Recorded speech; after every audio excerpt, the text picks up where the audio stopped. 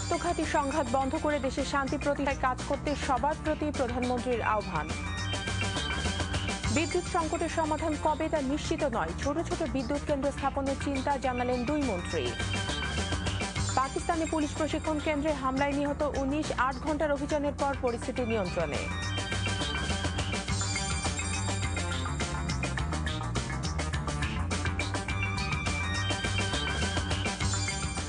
আসসালামু আলাইকুম, নাইমা শারমিন স্বাগত জানাচ্ছি এনটিভির মধ্যরাতের খবরে। ন্যাশনাল ব্যাংক লিমিটেড শিরোনাম শুনছিলেন, এবার জানাচ্ছি পুরো খবর। আরও ৩০ কর্মদিবস বাড়ানো হলো পিলখানা হত্যাযজ্ঞের তদন্ত রিপোর্ট দাখিলের সময়সীমা।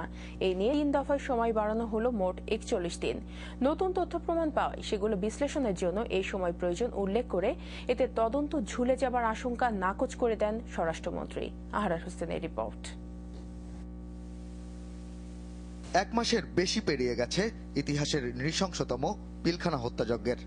ঘটনা নিয়ন্ত্রণে আসার ৪ দিন পর স্বরাষ্ট্র মন্ত্রণালয় আনিসুজ্জামান খানের নেতৃত্বে যে তদন্ত কমিটি গঠন করেছিল তার রিপোর্ট দাখিলের সময়সীমাও পেরিয়েছে। এই নিয়ে ৩ বার।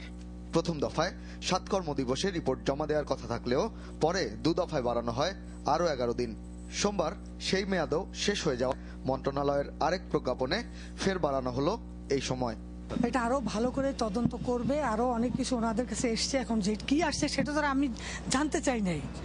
আরো ওনাদের অনেক কিছু তদন্ত করার আছে, কাজেই ওনাদের আরো ১ মাস সময় দরকার। বারবার এমন সময় বাড়ানোয় ঘৃণিত এই ঘটনার তদন্ত ঝুলে যাবে কিনা এমন প্রশ্নের জবাবে স্বরাষ্ট্রমন্ত্রী অবশ্যই না, ইনশাআল্লাহ। সর্বশেষ বর্ধিত এই ৩০ কর্মদিবস শেষ হবে আসছে মে মাসের ১১ তারিখ।